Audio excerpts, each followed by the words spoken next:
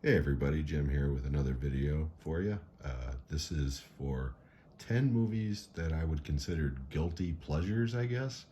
10 movies that I know deep down are not good, but I love them anyway.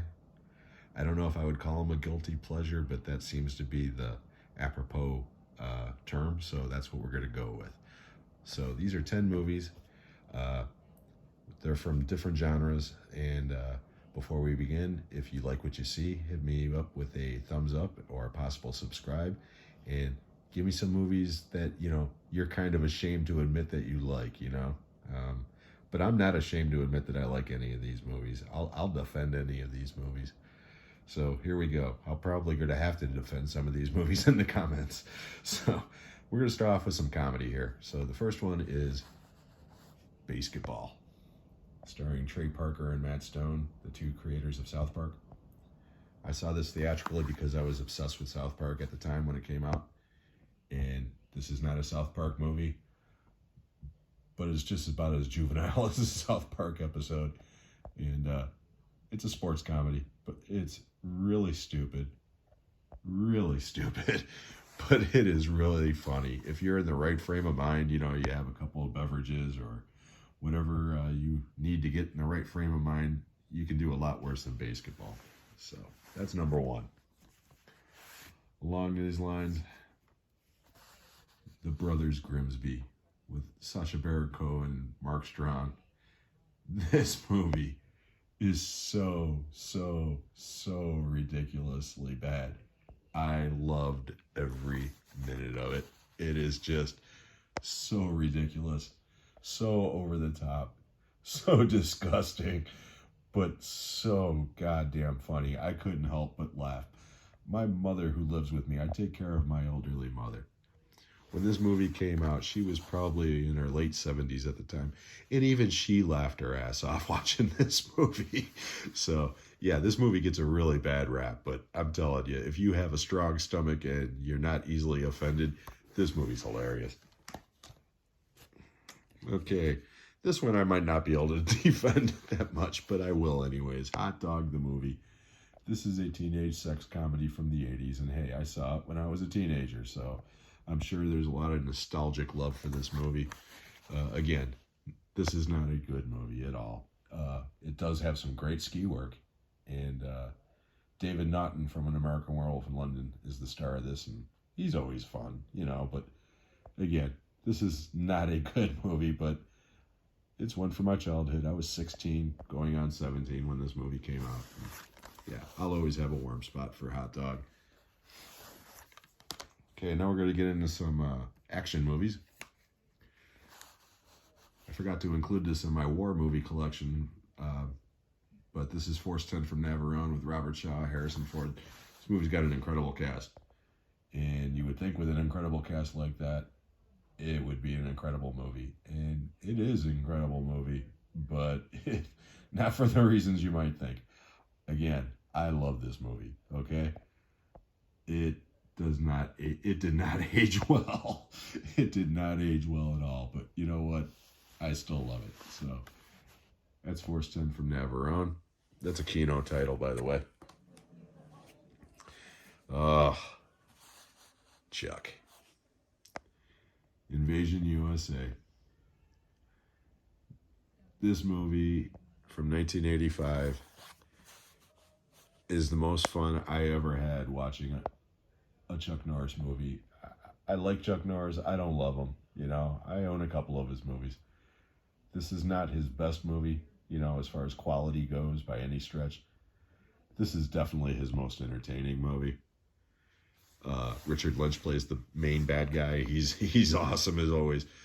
This movie is a lot of fun. This is definitely check your brain at the door and just have a good time for an hour and a half. And, this is Chuck Norris when he was at the height of his Cannon Films glory. Look at that mullet, So, yeah, Invasion USA is awesome. Speaking of check your brain at the door, how about Machete Kills?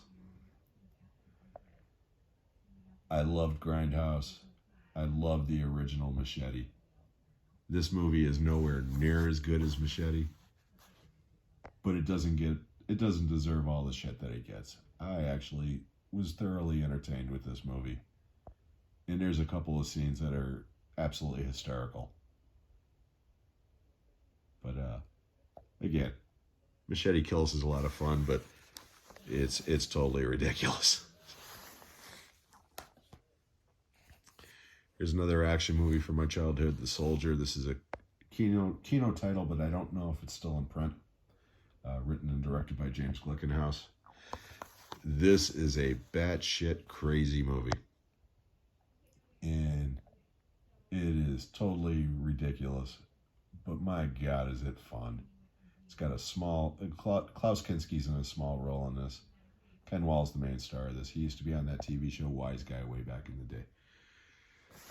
It's basically... This guy's like a cross between James Bond and Jason Bourne, I guess, you know. But, yeah, it's a fun movie, but it's totally ridiculous. However, the beginning, the opening of this movie is an all-timer. It's a classic. I don't know if this movie's streaming anywhere, but if you get a chance to check it out, yeah, check it out. Okay, now we're going to go on to some... Last three are going to be horror movies. The Car with James Brolin and Ronny Cox. This is a Jaws ripoff from 1977. I saw this at the drive-in.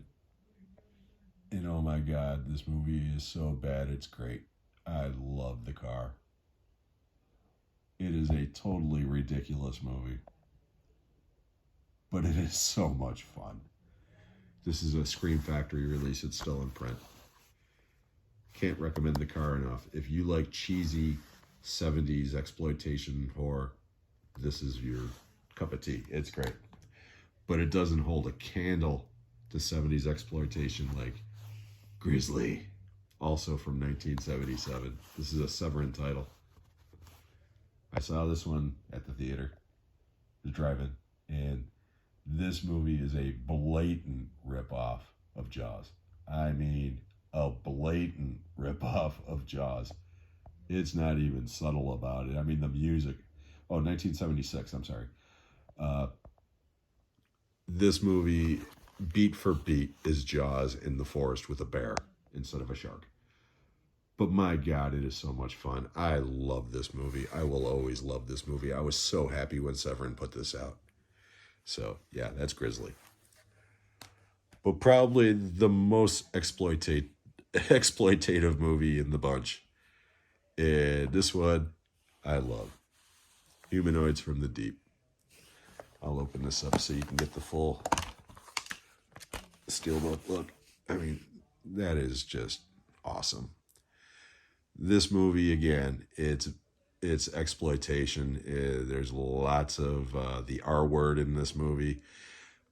But again, this is one of those movies from my childhood that even when I was a kid, I knew it was not a good movie, but I loved it anyway, and I still love it. And yeah, this movie came out in 1980. So yeah, it's coming up on 45 years. And you know what? I still love it, and I always will. So anyways, that's my guilty pleasure video, guys. I hope you enjoyed it. And drop in the comments some of your guilty pleasures. I would love to hear them. And hopefully we'll see you on the next one.